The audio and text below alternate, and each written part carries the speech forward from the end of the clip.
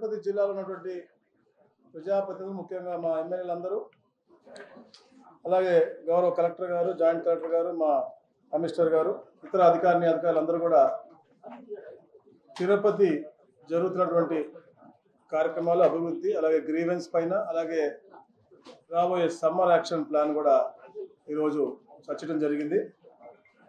ముఖ్యంగా ఏదైతే గతంలో వచ్చిన గ్రీవెన్స్ అన్నింటిపైన కూడా యాక్షన్ టేకన్ రిపోర్ట్ కూడా తీసుకుని ఏదైతే చేయలేని అన్ని కూడా అందరికి కూడా తెలియజేసి చేయగలిగిన ఏదైతే టైం లైన్లో పెట్టి చేస్తా ఉన్నాం దానిపైన అధ్యయనం చేయడం జరిగింది. ముఖ్యంగా రెవెన్యూ ఇష్యూస్ అవ్వచ్చు, రెవెన్యూ సదస్సులకు వచ్చినటువంటి ఇష్యూస్ అవ్వచ్చు, రీసర్వే పీజీఆర్ఎస్ ఏదైతే గౌరవ ముఖ్యమంత్రి గారు అలాగే హెచ్ఆర్ మినిస్టర్ గారు ఎప్పటికప్పుడు పర్యవేక్షిస్తూ ఉన్నారో, మంత్రులు కానీ ఎమ్మెల్యేలు కానీ అలాగే జిల్లా స్థాయి అధికారులు ఎప్పుడు రివ్యూ పెట్టి పీజీఆర్ఎస్ అనేది చాలా ఎక్కువగా ఉంది, గత పరిపాలకులు చేసినటువంటి కొన్ని తప్పుల విషయాల మూలంగా ఉంది కాబట్టి దానిపైన ప్రత్యేకమైన దృష్టి పెట్టడం జరిగింది. అవన్నీ కూడా రిజాల్వింగ్ వైపు వస్తూ ఒక మంచి ఆదర్శమైన పరిపాలన ఇచ్చే దిశగా ముందుకు వెళ్తాను. ఎందుకంటే రాష్ట్రం అభివృద్ధి చెందాలి, అభివృద్ధి చెందితేనే భావితరాలకి ఒక మంచి పునాది వేసిన వాళ్ళు అవుతామని చెప్పే లక్ష్యంతోనే ఈ ప్రభుత్వం ముందుకు పనిచేస్తాం. అందుకనే మనకి ఈ ప్రభుత్వం యొక్క గ్రోత్ రేట్ ఈ దేశంలోనే 2వ స్థానంలో ఉంది అంటే ఎంతో హర్షించదగ్గ విషయం. దానికి నిజంగా అడ్మినిస్ట్రేషన్ డిపార్ట్మెంట్కి గౌరవ ముఖ్యమంత్రి గారు ప్రత్యేకంగా నేను ఒక కృతజ్ఞత తెలియజేస్తా ఉన్నాను. మరి తిరుపతి మనం చూస్తూ ఉన్నాం, ఎప్పటి నుంచో కూడా ఎన్నో తేలని సమస్యలు ఉన్నాయి. దానిపైన కూడా అధికారులు ప్రత్యేకంగా అధ్యయనం చేసి, ముఖ్యంగా చెప్పాలంటే శెట్టిపల్లి ఇష్యూ అనేది చాలా పెద్ద ఇష్యూ. ఎప్పటి నుంచో అది చాలామందికి దానికి సొల్యూషన్ దొరకనండి ఇష్యూ. గౌరవ కలెక్టర్ గారు, కమిషనర్ గారు, జేసీ గారు విజయవాడ వచ్చి ఎంఏయుడి మినిస్టర్ గారు అలాగే మా రెవెన్యూ ఆఫీసర్స్ సిసిఎల్ఏ మేడం కానీ అందరూ కూర్చుని నన్ను కూడా దాంట్లో పార్టిసిపేట్ చేయించి దానికి సొల్యూషన్ తీసుకొచ్చారు. తప్పకుండా శెట్టిపల్లిలో ఉన్నటువంటి 2200 మందికి కూడా ఒక మంచి శుభవార్త ఇవ్వబోతా ఉన్నాను. దాన్ని తద్వారా వారికి మంచి నివాస యోగ్యమైనటువంటి హౌసెస్ అన్ని కూడా కల్పించే దిశగా ఒక మోడల్ టౌన్షిప్ చేయాలని చెప్పి అయితే కమిషనర్ గారు లక్ష్యంగా పనిచేస్తానో అది తప్పకుండా త్వరగా రాబోతా ఉందని చెప్పేసి కూడా నేను తెలియజేస్తా ఉన్నాను.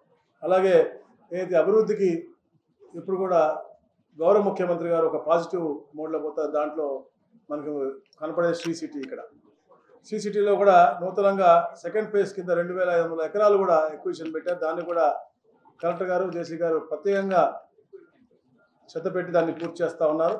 అలాగే అభివృద్ధి కోసం ఏదైతే న్యూ ప్రాజెక్ట్స్ వస్తూ ఉన్నాయో, గతంలో వచ్చిన ఓబరాయ్ హోటల్స్కి అయితే అడ్డంకులు వచ్చినాయో, ఎందుకంటే అలాగే మనకు ఆధ్యాత్మికంగా కూడా ఇబ్బందులు రాకూడదు కాబట్టి కొండకి దూరంగా ఉండాలని చెప్పేసి కొండకి ఇటువైపు వాళ్ళకి కావాల్సినట్టు ఆల్టర్నేట్ ల్యాండ్ కూడా ఇవ్వడం జరిగింది. అది కూడా క్యాబినెట్ నుంచి కూడా వచ్చి ప్రాసెస్ కూడా అయిపోతున్న పరిస్థితి మనం చూస్తూ ఉన్నాం. కొత్తగా కూడా లుల్లు సూపర్ మార్కెట్ కూడా రాబోతా ఉంది. వాళ్ళకి కూడా ల్యాండ్ అనేది ఐడెంటిఫై చేసి అంటే ఒక ప్రోయాక్టివ్ మోడ్లో మనం ముందుకు వెళ్తా ఉన్నాం. కాబట్టి ఎవరైతే పారిపోయారో కదా 2019 తర్వాత అందరూ కూడా విశాఖపట్నమే కాదు తిరుపతి కూడా ఆధ్యాత్మికంతో పాటు అన్ని హంగులతో టూరిజం దిశగా అభివృద్ధి చేయాలని లక్ష్యంతో ప్రభుత్వం పనిచేస్తూ ఉంది. కాబట్టి లుల్లు అవ్వచ్చు, హయాత్ అవ్వచ్చు, మహేంద్ర అవ్వచ్చు, సికేపిసి అవ్వచ్చు, అట్మాస్ఫియర్ కోర్ అవ్వచ్చు, అందరూ కూడా పాజిటివ్గా ఉన్నారు. వాళ్ళందరికీ కూడా కావాల్సినటువంటి అన్నీ కూడా మేము అరేంజ్ చేస్తాను. ఒక ప్రోగ్రెసివ్ చెప్పేది ప్రోగ్రెసివ్ ప్రోయాక్టివ్ గవర్నెన్స్ కాబట్టి తప్పకుండా వాళ్ళందరికీ కూడా ఇండియా పాలసీ, ఎందుకంటే టూరిజం కూడా ఒక ఇండస్ట్రీగా నోటిఫై చేసి వాళ్ళకి కూడా పాలసీ ఇస్తా ఉన్నాం. అది కూడా చేయబోతాను. ఎప్పటి నుంచో కూడా నేను ఎప్పుడు వచ్చినా కూడా గౌరవ ముఖ్యమంత్రి గారు వచ్చినా ఏ మినిస్టర్ వచ్చినా కూడా మా జర్నలిస్ట్ సోదరులు ఎప్పటి నుంచో ప్లాట్ల విషయం ఎప్పటి నుంచో పెండింగ్ ఉందని చెప్పి ఎప్పుడు చెప్తా ఉంటారు. ఆ మార్కెట్ వాల్యూకి మాకు కావాలనేది దాని మీద కూడా ప్రత్యేకంగా మీటింగ్ పెట్టి డిస్కషన్ కూడా పెట్టడం జరిగింది. కాకపోతే మా జర్నలిస్ట్ సోదరులు కూడా ఎంతోమంది కాకుండా అంటే యూట్యూబ్ ఛానల్లో ఉన్న వాళ్ళు కూడా వచ్చి దాదాపు 700 మంది వచ్చారని చెప్పారు. అవి కాకుండా అన్నీ కూడా స్క్రూటినీ చేసి ఎవరైతే అర్హులు ఉన్నారో అందరికీ కూడా తప్పకుండా న్యాయం చేయాలనే విషయంతోనే ఇక్కడ అధికారులు కూడా పనిచేస్తూ ఉన్నారు. ముఖ్యంగా నేను చెప్పేది రెగ్యులరైజేషన్ ఏదైతే GOMS 30 ఇచ్చామో అంటే మంగళగిరిని పూనుకుని ఇచ్చాము, కానీ అది రాష్ట్ర వ్యాప్తంగా ఉంది. మా గౌరవ ఎమ్మెల్యేలందరూ కూడా దానిపైన అధ్యయనం చేయడం వాళ్ళకు కూడా చెప్పడం జరిగింది. ఏదైతే అబ్జెక్షన్ లేనటువంటి అర్బన్ ల్యాండ్స్ ఉన్నాయో అన్నీ కూడా రెగ్యులైజ్ చేసే విధంగా పేదవాళ్ళకి ఆ ఇరినేషన్ రైట్స్ వచ్చే విధంగా ఈ యొక్క జియో ఇచ్చామో అవన్నీ కూడా వాళ్ళు కూడా సద్వినియోగం చేసుకునే ఒక పండుగ వాతావరణంలో ఈ యొక్క పట్టణ ప్రాంతాల్లో కూడా చేయాల్సిన ఇష్యూ కూడా ఉందని చెప్పేసి కూడా నేను తెలియజేస్తా ఉన్నాను. అలాగే క్రిస్ సిటీ 1500 కోట్ల ప్రాజెక్టు ప్రతిష్టాత్మకంగా గౌరవ ప్రధానమంత్రి గారు దీన్ని మొన్న ఇనాగ్రేట్ చేయడం జరిగింది. దాన్ని కూడా తప్పకుండా త్వరగా పూర్తి చేయాలని చెప్పేసి కూడా కలెక్టర్ గారి దృష్టికి తీసుకెళ్ళడం జరిగింది. అలాగే నడిపుడి శ్రీకాళహస్తి లేను మన దారి నుంచి మొత్తం పని కూడా అయిపోయింది. అది ఇక వాళ్ళు రైల్వేస్ వాళ్ళు చేయాల్సిన పని మాత్రమే ఉంది. రాబోయే రోజుల్లో అంటే ఈ ప్రాంతానికి మంచి వాతావరణం, పాజిటివ్ వాతావరణానికి ఏం చేస్తే బాగుంటుంది అన్నీ కూడా పెద్ద ఎత్తున చేస్తా ఉన్నాం. ఎందుకంటే ఈ రోడ్లు అయితే గతంలో ఆగిపోయినాయి. కడప, రేణుగుంట, మదనపల్లి, తిరుపతి, అలాగే మిగతా సాగర్మాల రోడ్లన్నీ కూడా 6,000 కోట్ల రూపాయల పనులన్నీ కూడా గతంలో ఆగిపోయినాయి. అన్నీ కూడా 2027 నాటికి పూర్తి చేయాలని చెప్పేసి వే ఫార్వర్డ్ ఒకటి రూట్ మ్యాప్ పెట్టుకుని మరీ ముందుకెళ్ళి పనిచేస్తూ ఉన్నారు. అలాగే అయితే ముఖ్యంగా తిరుపతిలో టీడీఆర్ బాండ్స్ ఇష్యూ ఉంది, మేజర్ ఇష్యూ అది. దాని ఇష్యూ పైన కూడా కమిషనర్ గారితో ప్రత్యేకంగా చర్చించబడడం జరిగింది. ఎందుకంటే గతంలో ఇచ్చినటువంటి 443లో ఏదైతే అభయాన్స్లో పెట్టినటువంటి 165 అవ్వచ్చు, 15% దాటినవన్నీ కూడా రిలీజ్ చేయడం జరుగుతూ ఉంది. దాని కాకుండా కూడా ఏదైతే బ్యాలెన్స్ 631 ఉన్నాయో దాంట్లో ఆన్లైన్ రిసీవ్ అయిన 340 ఉన్నాయి. ప్రీ అప్రూవల్ చేసి గిఫ్ట్ డీడ్ ఇచ్చిన 48 ఆల్రెడీ ఇచ్చే పరిస్థితి ఉంది. రేపు ఎల్లుండి ఇచ్చే పరిస్థితి కనపడతా ఉంది. ఏదైతే కమిటీ గతంలో వేశారో ఎంక్వైరీ కమిటీ, వారిపై నుంచి అక్కడి నుంచి మొత్తం గైడ్లైన్స్ కూడా అంటే ఆల్రెడీ ప్రాసెస్లో ఉన్నాయి. డిటీసీపీ గైడ్లైన్స్ తీసుకుని తప్పకుండా త్వరగా ఈ యొక్క టీడీఆర్ సమస్యను కూడా పరిష్కరిస్తాం. ఎవరికి కూడా ఇబ్బంది కూడా జెన్యూన్గా ఉన్న వాళ్ళందరికీ కూడా 100%. ఎందుకంటే మాకు వచ్చిన రిపోర్ట్ అంటే అన్అఫీషియల్గా మాకు వచ్చే రిపోర్ట్లో 30-40% మాత్రమే జెన్యూన్గా ఉన్నాయి. 60% దాకా లేవు అనేది గతంలో వచ్చింది. ఎందుకంటే కమర్షియల్ డోర్ నంబర్లు వేసుకున్నటువంటి పరిస్థితి కనపడతా ఉన్నాయి రోడ్లు వేసిన దగ్గర. సో దానిపైన కూడా అధ్యయనం చేసి తప్పకుండా త్వరగా ఆ సమస్యను కూడా పరిష్కరిస్తామని చెప్పేసి తెలియజేస్తా ఉన్నాం. అలాగే ముఖ్యంగా పులికాట్ లేక్ దానికి ఏదైతే మన ఇన్లెట్ ఉందో దానికి కూడా 100 కోట్ల రూపాయలతో అంటే గౌరవ ముఖ్యమంత్రి గారు మొన్న కూడా కలెక్టర్ కాన్ఫరెన్స్ కూడా చెప్పారు. తిరుపతిలో మనకి ఒక టూరిజం హబ్గా తయారు చేయాలి. ఏదైతే ఇండస్ట్రీస్ వస్తాయో వాటిని కూడా మనం ప్రోత్సహించాలి. ఏదైతే నాయుడుపేటలో కూడా మనకి నూతనంగా కొత్త ఇండస్ట్రీ వస్తూ ఉంది, దానికి కూడా కావాల్సినటువంటి అన్ని ఏదైతే మనకి ఏపీఐసీ ల్యాండ్ ఉందో దానిలో నేను అడ్డంకులు కూడా అవి కూడా తీసేసి తప్పకుండా సత్వరంగా ఇవ్వాలని చెప్పేసి గౌరవ ముఖ్యమంత్రి గారు కలెక్టర్ గారికి ఆదేశించడం జరిగింది. అలాగే తిరుపతిలో ఇంటిగ్రేటెడ్ స్పోర్ట్స్ కాంప్లెక్స్ వచ్చే దానికి మా చైర్మన్ గారు మా ముఖ్యమంత్రి గారు దృష్టికి తీసుకెళ్లారు. 34 ఎకరాలు దామిరేట్లో దాన్ని ఐడెంటిఫై చేయడం జరిగింది. అద్భుతమైనటువంటి ఆంధ్రప్రదేశ్లో ఎక్కడా లేనటువంటి అద్భుతమైన స్పోర్ట్స్ కాంప్లెక్స్ కూడా ఆ ల్యాండ్ కూడా ఐడెంటిఫై చేయడం జరిగింది. దానికి కూడా నేను ప్రత్యేకంగా అభినందన తెలియజేసుకుంటా ఉన్నాను ఈ ప్రాంతంలో ఉన్న ప్రజాప్రతినిధులందరూ కూడా. అలాగే గతంలో చరిత్రలో ఎప్పుడు చేయని విధంగా గత సంవత్సరం 160 కోట్ల రూపాయలతో నరేగా వర్క్స్ అంటే 200 పైచిలుకు కిలోమీటర్లు మనం దీంట్లో చేయడం నిజంగా చాలా అభినందనదాయకం.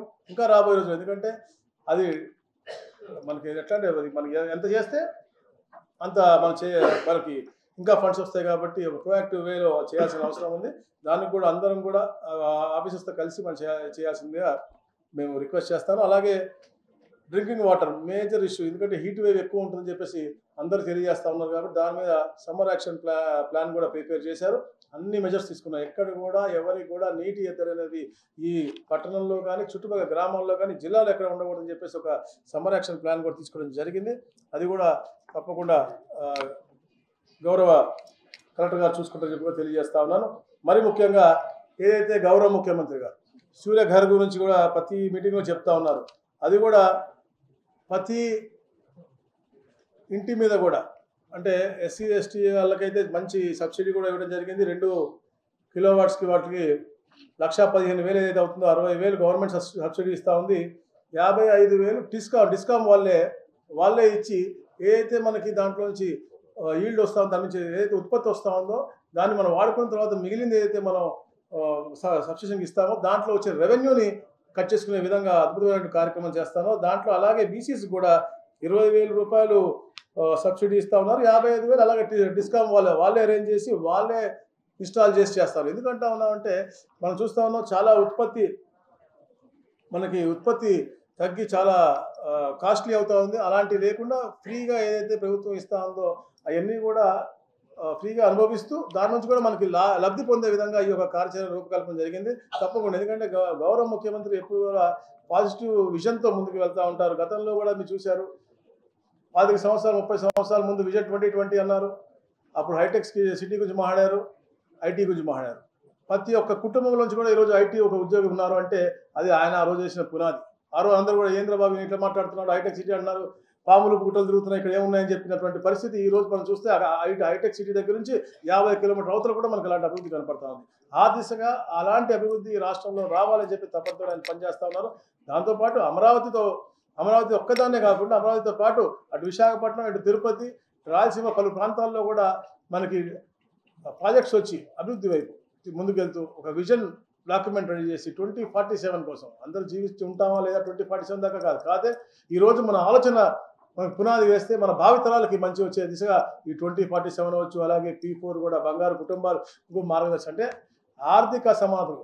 ఎందుకంటే కులాల మధ్య వ్యత్యాసాలు ఉన్నాయి, అన్నింటిలో వ్యత్యాసాలు అన్నీ కూడా తీసేసి మనం జీవించాలని చెప్పేసి తపనతో మన నాయకులు అంటూ ఉంటారు. అలాగే గౌరవ ముఖ్యమంత్రి గారు ఆర్థిక సమాధులు దూరం చేయాలి, ఒకరిలో ఒకరు మానవతా విలువలు పెరగాలి, బాధ్యత తీసుకోవాలి, ఇంకొకరు అప్లిఫ్ట్ చేసే బాధ్యతలు తీసుకోవాలని చెప్పి లక్ష్యంతో ఈ P4 కార్యక్రమం కూడా చేస్తూ ఉన్నారు. అది కూడా తప్పకుండా, ఎందుకంటే మనం చూసాం చెప్పేది ఇంత అభివృద్ధిలో ఈరోజు రాష్ట్రం 2వ స్థానంలో ఉంది అంటే అది వారి యొక్క కృషి, వారి యొక్క ఇది తప్పకుండా పర్ క్యాపిటల్ ఇన్కమ్ కూడా పెరిగే దిశగా మనం వెళ్తా ఉన్నాం. ఈ డిస్టిక్లో 3,50,000 రూపాయలు పర్ క్యాపిటల్ ఇన్కమ్ అనేది రాష్ట్రంలో 3వ స్థానంలో ఉన్నటువంటి పరిస్థితి. అందుకనే చెప్తా ఉన్నాం. అలాగే ముఖ్యంగా నేను గౌరవ ఎమ్మెల్యేలకు కానీ ప్రజాప్రతినిధులందరికీ కూడా చెప్పేది ఏంటంటే ఏదైతే గౌరవ ముఖ్యమంత్రి గారు ఒక ప్రతిష్టాత్మకంగా తీసుకుని ఈ P4 కార్యక్రమం చేశారో అది మనం క్షేత్రస్థాయిలో మన ప్రాంతాల్లో ఉన్నటువంటి ఇండస్ట్రియలిస్ట్ అవ్వచ్చు, దాతలు అవ్వచ్చు, సహృదయం ఉన్నటువంటి వాళ్ళు పెద్దలు అవ్వచ్చు, వాళ్ళందరూ కూడా ఒక ప్రోయాక్టివ్ మోడ్లో తీసుకుని దాన్ని టేకప్ చేసి ప్రతి గ్రామంలో కూడా ఏదైతే 20% ఆఫ్ టోటల్ బ్యాక్వర్డ్ ఉన్నారో వాళ్ళందరూ కూడా అప్లిఫ్ట్ చేసే దిశ తప్పకుండా తీసుకుపోవాల్సిన అవసరం ఉంది. అలాగే P4కి DMF నుంచి కూడా DMF ద్వారా 25 కోట్ల రూపాయలు మనకి శాంక్షన్ అవడం జరిగింది. అంటే ఇలా వెల్ఫేర్ ఇన్స్టిట్యూషన్స్ రెనోవేషన్స్ కానీ రిపేర్లకు కానీ వాటికి శాంక్షన్ అవ్వడం జరిగింది. అట్లా ఒక పాజిటివ్ ఎన్వైరన్మెంట్తో ప్రభుత్వం ముందుకు పోతూ ఉంది. ఈ ప్రతిపక్షలో ఉన్నటువంటి వాళ్ళని ప్రతిపక్ష హోదా రానప్పటికి కూడా ఊరికే విమర్శించడం కోసం అన్ని అధికారుల మీద అవ్వచ్చు, అలాగే ప్రజాప్రతినిధులు గవర్నమెంట్ మీద ఊరికే మాట్లాడుతూ ఉంటారు, పార్కుల్లో పోతూ ఉంటే స్కిట్లు చేస్తూ ఉంటారు. దాని తప్ప ఎప్పుడు కూడా పార్కులు అభివృద్ధి చేద్దామని కానీ రోడ్లు అభివృద్ధి చేద్దామని కానీ ఇతర కార్యక్రమం ఎప్పుడు ఆలోచించలేదు. ఈరోజు ఏదైతే గత 5 సంవత్సరాల పరిపాలన ఆగిపోయిందో తిరుపతి ప్రాంతంలో అవ్వచ్చు, రాష్ట్రం అంతా అవ్వచ్చు, అవన్నీ కూడా పూర్తి చేసి ఒక సుభిక్షమైనటువంటి పాజిటివ్ వాతావరణం తీసుకురావాలని చెప్పేసి ఆహర్నిశలు గౌరవ ముఖ్యమంత్రి గారు కృషి చేస్తాను. దానికి టోటల్ ప్రభుత్వ యంత్రాంగం అవ్వచ్చు, ప్రజాపతి అందరూ కూడా కలిసి సమిష్టిగా పనిచేస్తున్నారు. దానికి అందరూ కూడా పత్రికా సోదరులు కానీ అందరూ కూడా సహకరించాలని చెప్పేసి తప్పకుండా ఏదైతే గ్రీవెన్స్ ఇచ్చారో ప్రతి వాటికి కూడా స్పీకింగ్ నోట్ ఇస్తాము, ఏది చేయగలుగుతామో చెప్తాము, ఏది చేయలేదో కూడా ఎందుకు చేయలేకపోతా ఉన్నామో కూడా తప్పకుండా తెలియజేస్తా అని చెప్పేసి కూడా మీకు తెలియజేస్తాను. మరిన్ని వీడియోస్ కోసం ఛానల్ ని సబ్స్క్రైబ్ చేయండి, లేటెస్ట్ అప్డేట్స్ కోసం వాట్సాప్ ఛానల్ ని ఫాలో అవ్వండి. ఆ లింక్ డిస్క్రిప్షన్ లో ఉంది.